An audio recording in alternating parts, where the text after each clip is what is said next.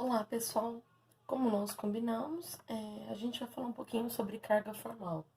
Queridos, como eu havia dito em aula, não é um assunto que você precisa se preocupar tanto agora, tanto que esses exercícios, eu acho até que eles estão no Atkins. O Atkins é um livro que eu trabalhava na faculdade, no meu primeiro ano. Então, assim, este assunto de carga formal, realmente, assim, para a gente ter uma ideia do que é, beleza. Mas não precisar, eu vou ficar buscando exercícios sobre isso para fazer, inclusive porque você não vai achar. Os exercícios que a gente encontra sobre isso na internet são exercícios de provas já de ensino superior, tá bom? Algumas vezes a noção do que é uma carga formal, a noção de como é feito o cálculo da carga formal apareceu na segunda fase de um vestibular, mas foram pouquíssimas vezes, mas para não passar em branco, a gente vai conversar um pouquinho sobre isso, tá? E aí tá com uma sombrinha por causa do meu celular, né? Esse meu super jeito de gravar um vídeo, mas não dá nada não. Então vamos lá, primeiro que é carga formal, tá lá na nossa apostila 3, módulo 4, na 177. Carga formal é uma carga fictícia, é uma carga que ela é dada para identificar uma estrutura mais estável quando eu tenho, por exemplo, um híbrido de ressonância. Quando eu tenho uma estrutura que sofre ressonância, nem sempre as duas estruturas ressonantes serão equivalentes, eu terei mesma quantidade das duas. Às vezes eu vou ter uma quantidade maior de uma e da outra. Essa carga formal ajuda a identificar qual a estrutura de ressonância é a mais estável, tá? Essa carga formal também é a carga do átomo dentro da molécula ou íon, baseado apenas na estrutura de Lewis. Para o cálculo da carga formal, eu uso o número de elétrons de valência do meu composto, né? Menos o número de elétrons livres, não ligantes, somado ao número de ligações covalentes que ele faz. Aquele composto que tiver a carga formal mais próximo de zero será a mais estável. Isso é o princípio da neutralidade. O composto mais estável será aquele que tiver a carga formal mais próximo de zero. Se eu não conseguir que a carga seja zero, o mais estável vai ser aquele em que a carga formal negativa estiver realmente sobre o átomo mais eletronegativo. Como assim? Vamos ver alguns exemplos. Começando aqui com a água. Então, eu vou analisar a carga formal de cada um destes elementos aqui. Então, eu vou analisar a carga formal do hidrogênio e a carga formal do oxigênio. O hidrogênio, o número de elétrons de valência que ele tem é 1, menos o número de elétrons livre. Não tem nenhum elétron livre, 0, mais número de ligações covalentes que ele faz, 1.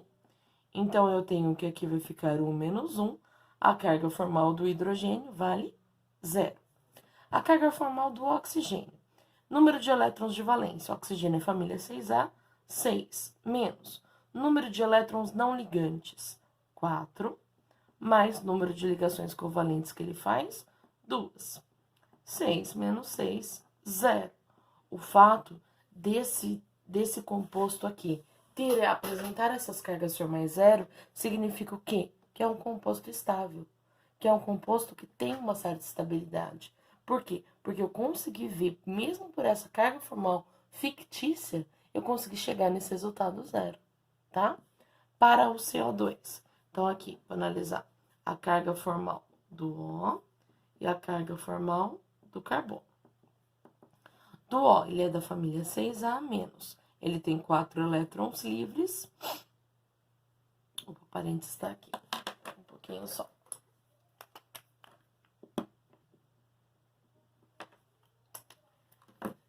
Então, retomando, ele é da família 6A, ele tem 4 elétrons livres e ele tem 2 covalências. Aqui eu tenho mais, então, fica 6 menos 6, isso dá 0. Aqui, a carga formal do carbono. O carbono, ele é da família 4A, ele não tem nenhum elétron livre, mas ele faz 4 ligações covalentes. Então, a carga formal dele também é 0. Cheguei em 0, quero dizer que esse composto é um composto estável, tá? Os compostos que aí vão se aproximar da estabilidade, e para eu medir então se vão ser estáveis, quem vai ser mais estável ou não, serão os nossos compostos que sofrem ressonância. Por exemplo, peguem lá o exercício 2, da página 173. O exercício 2, ele diz o seguinte, que eu tenho um íon cianato e um íon fulminato. O íon cianato é o NCO e o fulminato é CNO. Então, e ele já deu as estruturas de todo mundo. Aí ele pergunta, então, qual é a carga formal, na letra A, de cada um destes compostos, das estruturas de ressonância. Todos aqui são íons, né? Tem a carguinha menos. E ele quer saber qual que é a carga formal de cada um. Vamos tentar então, pessoal. Se eu quero carga formal. Aqui no primeiro, do nitrogênio. O nitrogênio, ele é da família 5A. Eu sei que o nitrogênio aqui, ele está apresentando 4 elétrons livres. Por quê? Porque o exercício já me deu a estrutura de ressonância. O exercício, ele mostrou para mim quantos elétrons ele tem livre de acordo com cada uma dessas estruturas. Então, é nisso que eu estou me baseando, no dado do exercício. Ele tem 4 elétrons livres e aqui ele faz 2 ligações covalentes. Então, eu tenho 5 menos 6, a carga formal aqui está dando menos 1. Vou para o próximo, carga formal do carbono. O carbono é da família 4. Menos, ele não tem nenhum elétron livre, mas ele está fazendo 4 ligações covalentes. Vai ficar 4 menos 4, 0. O oxigênio. O oxigênio eu sei que ele é da família 6A, menos. Ele tem 1, 2, 3, 4 elétrons livres, mas neste caso ele está fazendo 2 ligações covalentes. Vai ficar 6 menos 6, 0. Vou descobrir agora as cargas formais do segundo híbrido de ressonância, do segundo composto ressonante.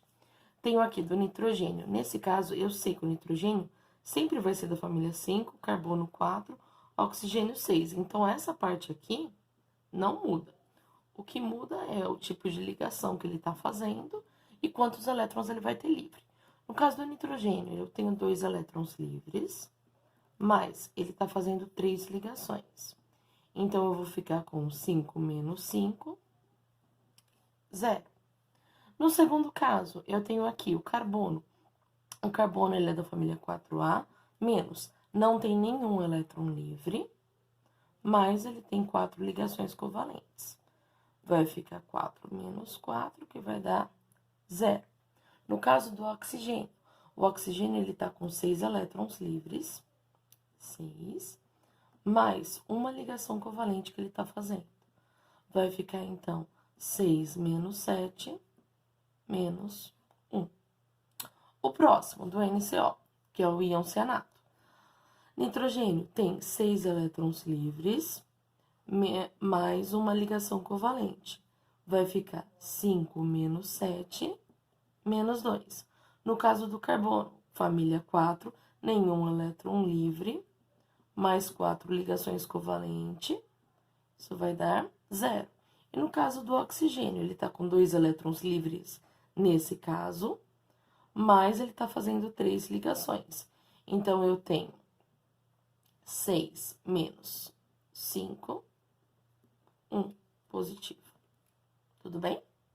Então, já descobrimos as cargas formais de cada um dos elementos deste íon cianato. Vou para o íon fulminato. Carga formal do carbono.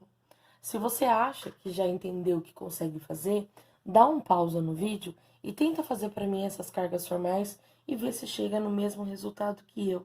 Só para ver se está conseguindo fazer, se entendeu como é feito esse cálculo ou não, tá bom? Então, vamos fazer aqui do íon fulminato, primeiro para o carbono. O carbono, ele é da família 4, o nitrogênio da 5, o oxigênio da 6. E isso não muda, né? Então, vou preencher aqui todo mundo. Beleza. O carbono aqui, ele tá com 4 elétrons livres. 4 elétrons livres e tá fazendo 2 ligações covalentes.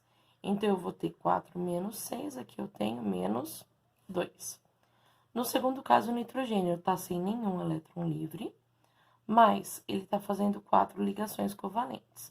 eu vou ter 5 menos 4, 1. Aqui, no caso, o oxigênio, ele é da família 6A. Neste exemplo, ele tem 4 elétrons livres e ele está fazendo 2 ligações covalentes. Vai ficar aqui 6 menos 6, dando 0. Descobri do primeiro, vou para o segundo. No segundo, do íon fulminato, eu tenho o carbono com 2 elétrons livres, mais 3 ligações. Vai ficar 4 menos 5, menos 1. No segundo, o nitrogênio, ele é da família 5A, ele não tem nenhum elétron livre, mas ele está fazendo 4 ligações covalentes. Então, eu tenho 5 menos 4, menos 1. No caso do oxigênio, ele está com 6 elétrons livres, mais uma ligação. Então, eu tenho 6 menos 7, dando menos 1. No caso, então, agora desse último fulminato que foi apresentado pelo exercício. Aqui, 5 menos 4 é mais 1, desculpa. Continuando. Aqui, nesse caso, o carbono, 6 elétrons livres, mais uma ligação covalente. Então, vai ficar 4 menos 7, menos 3. O próximo, 5, é a família do nitrogênio. Ele não tem nenhum elétron livre, mas ele está fazendo 4 ligações covalentes. Então, vai ficar 5 menos 4, 1. No oxigênio, ele está com 2 elétrons livres, nessa estrutura que o exercício apresentou, e ele está fazendo 3 ligações. Então, ficou 6 menos 5 igual a 1. Essas, então, foram as cargas formais que o exercício na letra A estava pedindo. Então, quando ele pediu cargas formais, tá aí. Depois, ele vai perguntar assim, olha, dessas estruturas eu quero saber quem é a mais estável no cianato e quem é a mais estável do lado do fulminato. Então, eu preciso das mais estáveis. As mais estáveis têm que estar o mais próximo de zero possível e o átomo mais eletronegativo, de preferência, tem que ficar com a carga negativa, tem que ficar com o elétron. Então, por exemplo, aqui no íon cianato, eu vejo, olha, esses dois têm 2 zeros e esse também tem 2 zeros. Então, pode ser esse primeiro ou esse segundo. Só que nesse primeiro, é o nitrogênio que está ficando com a carga menos 1. E nesse segundo, o oxigênio está ficando com a carga menos 1. A minha pergunta é, fila de eletronegatividade, quem é mais eletronegativo? Oxigênio ou nitrogênio? Oxigênio, então é preferível que ele fique com a carga negativa. Portanto, eu sei que entre os íons cianato, essa vai ser a estrutura mais estável, porque os números estão mais próximos de zero e a carga negativa formal ficou com o oxigênio, que era justamente o meu átomo mais eletronegativo. E aí eu vou para a minha segunda estrutura. Aqui eu tenho menos 2, 1 e 0. Aqui eu tenho menos 3, 1 e 1. E aqui eu tenho menos 1, mais 1 e menos 1. Eu percebo que as cargas estão aproximado, dando quase a mesma distância do zero nessas duas, né? Porque aqui é uma casa de cada um, mas aqui eu tenho um zero e um com duas casas. Então, eu poderia ficar em dúvida entre esses dois. Só que eu sei que o oxigênio, que é o meu átomo mais eletronegativo, precisa ter uma carga negativa.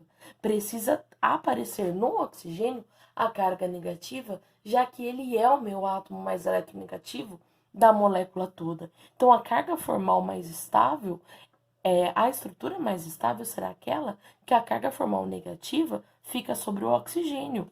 Olha nesse primeiro, a carga formal negativa está sobre o carbono, como se o carbono fosse mais o eletronegativo. A gente sabe que isso não é verdade. Por isso, nós sabemos que esta aqui será a minha estrutura mais estável. Entre as 3 do fulminato, esse é mais estável.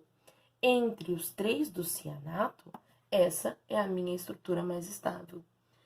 E depois, ele pergunta o seguinte, olha, agora, que você já sabe, então eu tenho que essa é a estrutura mais estável para o primeiro, e para o fulminato, a estrutura mais estável vai ser essa, CNO. Beleza. Depois a letra C. A letra C falou assim, tudo bem, você descobriu de cada um qual é o mais estável, mas eu quero agora, em comparação a estes dois, Quem deve ser o mais estável? Bom, em comparação ao cianato e ao fulminato, o cianato tem estruturas de ressonância com números mais próximos de zero, mais perto da neutralidade. Então, esse cianato ele vai ser mais estável que o fulminato.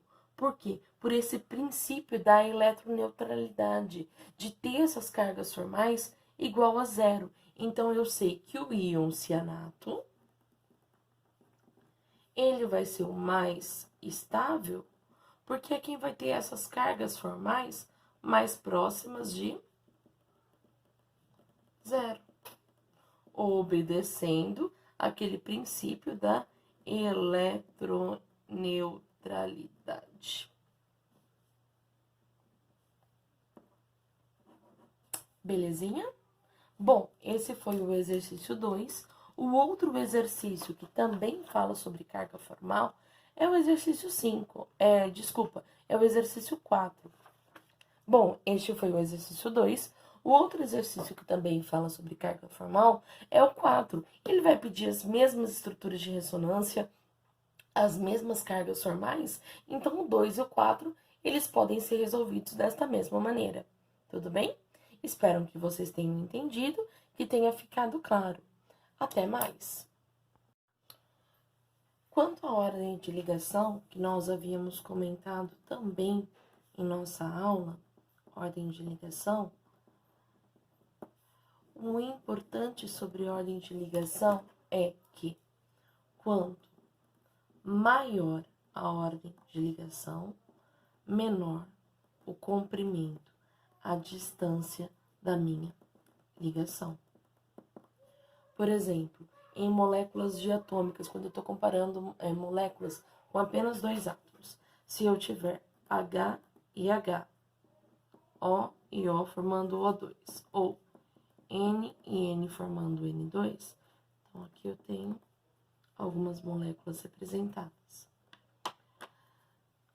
Quando eu tenho apenas uma ligação entre esses dois átomos, numa molécula que apresenta apenas esses dois átomos, eu digo que a ordem de ligação é 1. Nesse caso aqui, como eu tenho uma ligação dupla, eu digo que a ordem de ligação é 2. Se eu tenho a ligação tripla, eu digo que a ordem de ligação é 3. Nós falamos em sala de aula que quando eu tenho só ligação sigma, a minha ligação ela tem uma distância maior, ela tem um comprimento maior.